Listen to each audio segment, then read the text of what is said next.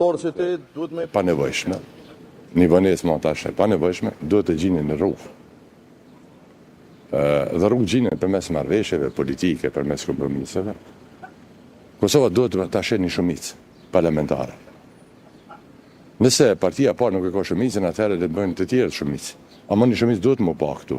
Dhe përgjithësien përsëri po thëmë kanë 3 partitë mëdha që të marrin iniciativë për ta nxjerrë vendin nga kriza. Nisma do të jetë këtu për të dhënë kontributin e vet që Kosova të mos ketë krizë institucionale. Dhe kjo është ajo që ne mund ta bëjmë tani për tani. Po përgjegjësia kryesore, si thash, është natyrisht e shkallëzuar nga partia e parë deri te po besojmë deri te e treta që të jam një zgjidhje vendit. Po akojmë këtu edhe për pozitën e presidentes të ardhmen pasi përbes s'po shoh kapacitete unë për me minutë atje. Derisa këtu kemi gjatë një votë që është ende problem, ka që largo me menu pra tjetër. Le të shkojmë gjërave me radhë, si që kanë kohën edhe momentum. Të krijohet një shumicë parlamentare, e cila Kosovës do të jep kryetarin e parlamentit dhe qeverinë dhe pastaj ka kohë të mjaftueshme për të menuar për hapin tjetër. Edhe herë, vjen një moment ku secili duhet ta merr përgjegjësinë e vet. Dhe nuk mundet të ketë njëra përgjegjësi e tjetra jo përgjegjësi. Përgjegjësia për ndërtimin e institucioneve tani për ndërtu marrëveshje është përgjegjësi e partive të mëdha dhe është koha që thash edhe herë, të marrin kohën e duhur, të marrin nëse duke gjetë rrugë ligjore edhe në rregullore, të shmangit të marrin kohën e duhur, nuk ka thënë mëna 48 orë. Unë besoj që ka hapësirë ligjore që mund të trajtohet nga juristët për ta gjetë një kohë të mjaftueshme para se duhet dhe jetë më shumë ditë. Dhe kur të vim këtu, të vim një zgjidhje, e cila zgjidhje do të jep Kosovës institucionet. Do të limoj për përmendni partitë mëdha, apo nëse të tjera bin kurti partitë më të vogla, AKN në nismë. A shkoni bashkë në koalicion? Unë thash ftesave në asnjëherë si kemi refuzuar për të takuar, derisa në bëjtire për të tjerë, natyrisht ftesën. Po ne duhet jemi realistë. Thash nisma është e gatshme të jep kontributin e vet kur ti kërkohet që vendit mos me leju në krizë institucionale. Mirë po, përgjegjësinë kryesore për të dhënë zgjidhje vendit dhe mundësinë që kanë 3 partitë të mëdha politike. 3 partitë të mëdha politike, një shumicë duhet të krijohet ose në atë krah se krajin tjetër. Nuk ka me thënë po presim, nuk ka çka pritet, Kosova ka nevojë sa më shpejt për institucione. Nëse ju nuk ka një shumicë partia e parë, duhet të krijohet një shumicë tjetër parlamentare për të parë një shumicë e cila jep shpresë në perspektivë se Kosova ka një shumicë parlamentare për të qeverisur. Deri më tani, si që keni parë ju, edhe ne nuk po shohemi, si më thënë, asnjë hap drejt krijimit të një shumice të konsoliduar. Po shpresoj që ky apel dhe më besoj që ata janë të gjithë janë të vetëdijshëm për vendin.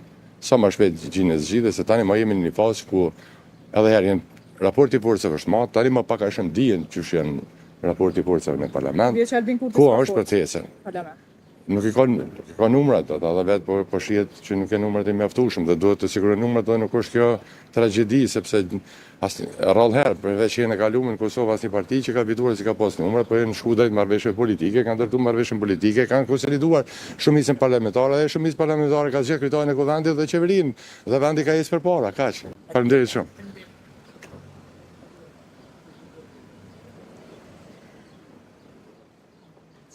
Jemi sërish në studio dhe dëgjuam pra disa prej deklarimeve të përfaqësuara të subjekteve politike, kryetari i Partisë Demokratike Memri Krasniqis edhe kryetari i Nismës Social-Demokrate Fatmir Limaj, profesor, po shohim pozicione të njëjta pra që po akuzohet vendosja se ka bllokuar punën e kuvendit, pra thonë se mentalitet arbitrar i partisë fituese sipas Krasniqit. Fatkeqësisht përgjegjësia është e të gjithëve, kujt më shumë e kujt më pak. Kuptohet fituesi ka përgjegjësi parsorë dhe më të madhe, por pa përgjegjësi nuk janë as këta të tjerët. Dhe zgjidhje mund t'i japin edhe këta, nëse dikush nuk i jep ka zgjidhje dhe ka përgjegjësi sigurisht për të prirë me një marrëveshje të caktuar, këta mund t'i japin zgjidhje me votimin e kryetarit të kuvendit për ta zhbllokuar situatën dhe për të shkuar pa më tutje konstituimi i kuvendit dhe sprova e parë për partinë fituese në qeverisje. Ta ndjekim edhe komemoratën e lëvizjeve të vendosje para se të kthehemi sërish me bisedë. Kurdo që jemi gati.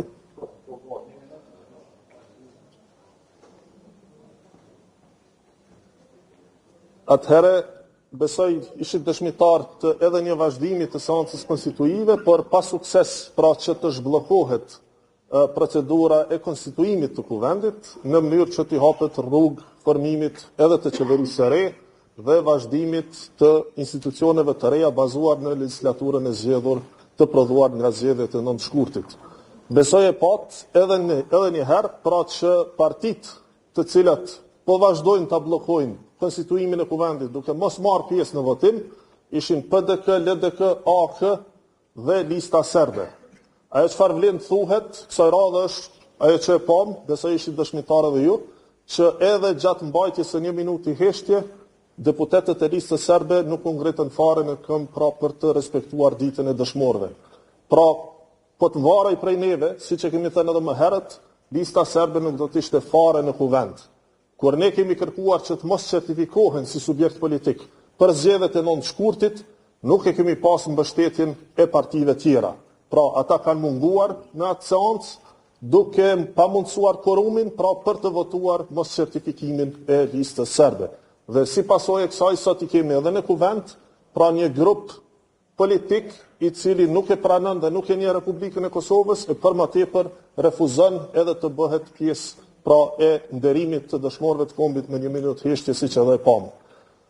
Ne e kemi thënë pra, ata nuk e kanë vendin në kuvend, nuk do duhet të certifikoheshin e aq më pak pra të kenë edhe funksione shtesë.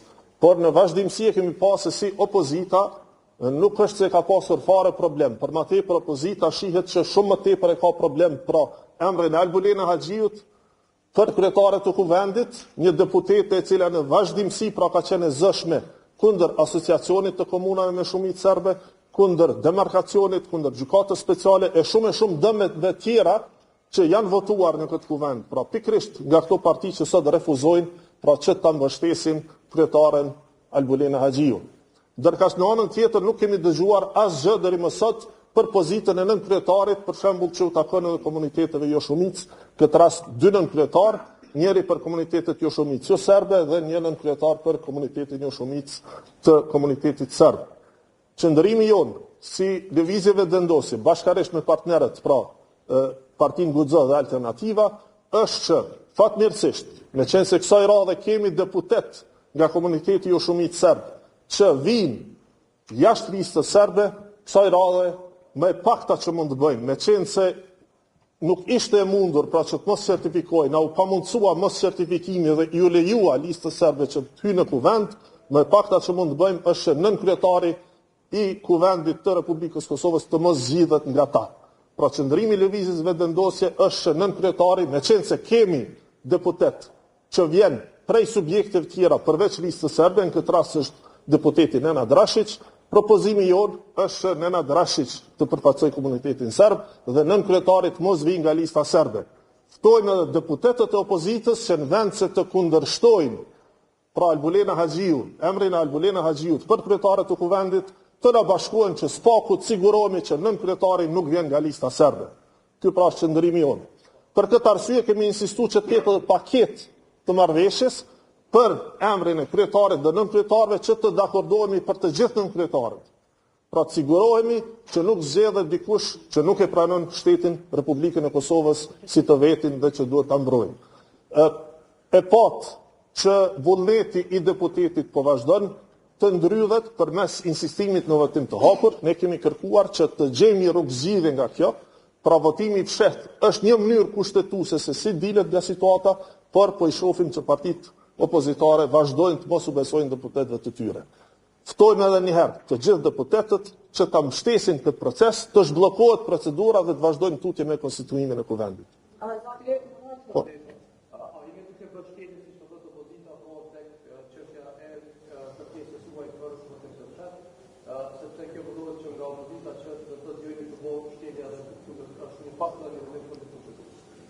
As pak nuk ka të bëjë me shkelje, e keni nenin ose paragrafin 124, paragrafin 127, 128 të